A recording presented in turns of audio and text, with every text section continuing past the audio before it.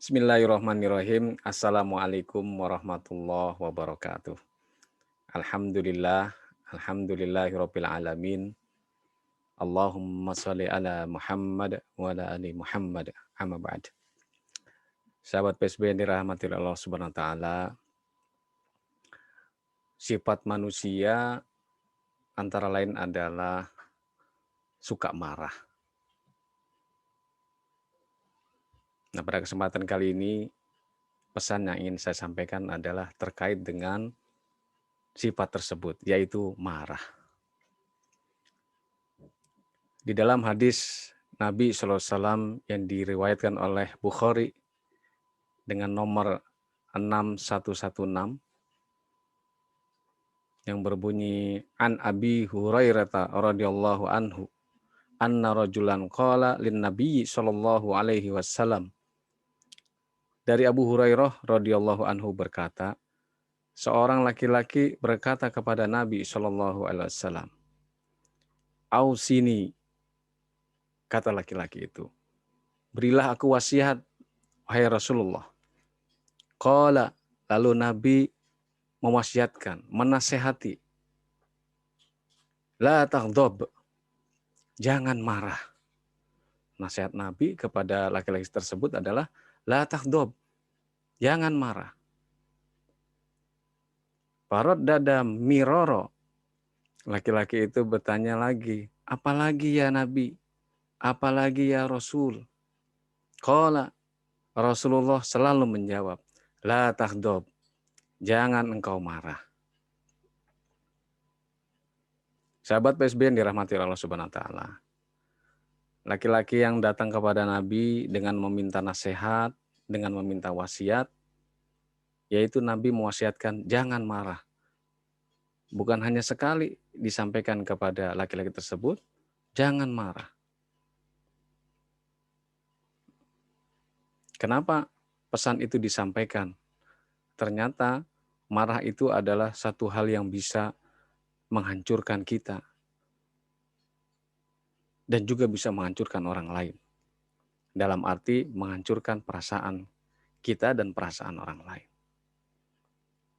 Dan di hadis yang lain ya, dikatakan seorang datang menemui Nabi SAW berkata, wahai Rasulullah, tolong ajarkan kepadaku satu pengetahuan yang dapat mendekatkan aku ke surga dan menjauhkan aku dari neraka. Lalu beliau bersabda, Nabi SAW bersabda, jangan marah, maka bagimu surga.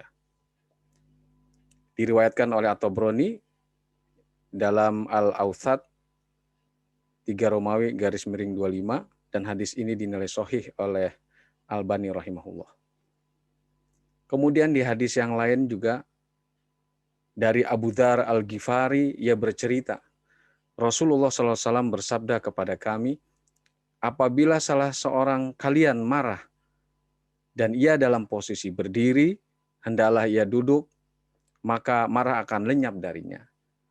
Dan jika tidak, hendaklah ia rebahan. Ya, ini hadis riwayat Ahmad, ya, diriwayatkan oleh Ahmad, Abu Dawud, ya, dengan nomor 5 Romawi 152 dan 4782. Hadis ini dinilai sahih oleh Albani rahimahullah. Sahabat PSB yang berbahagia, ya, jadi ternyata selain tadi bahwa marah itu bisa menghancurkan, kemudian ya ternyata kalau kita mampu mengendalikan amarah, maka surga bagi kita. Kemudian dari hadis yang ketiga tadi, ya, dari Abu Dzar Al-Ghifari, menjelaskan adalah bagaimana mengantisipasi. Kalau kita sedang marahnya sedang posisi berdiri, maka duduklah. Bila duduk masih marah juga, maka rebahanlah. Ya, itulah cara-cara antara lain untuk mengendalikan amarah. Kemudian di dalam surat Ali Imran ayat 134, Allah berfirman, A'udzubillahi minasyaitonirrajim, wal kadhiminal ghaidha wal 'afina 'anil nas.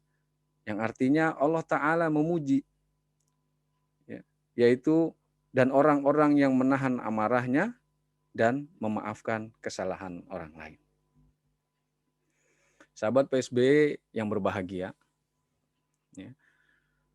Kemudian juga dampak dari marah yang kita tidak bisa mengendalikan, ya, itu juga akan berakibat kepada kesehatan fisik kita. Antara lain, efek dari marah adalah akan menyebabkan hipertensi. Kemudian yang kedua, vertigo. Yang ketiga, stroke, serangan stroke. Naudzubillah min dzalik. Itu baru 3 yang saya sampaikan. Banyak lagi sebab-sebab marah yang mengakibatkan kesehatan fisik kita. Ya. Rasulullah sudah menasihati kepada kita melalui percakapan tadi dengan salah seorang yang datang kepada beliau meminta nasihat. Ya, salah satunya adalah tentang marah.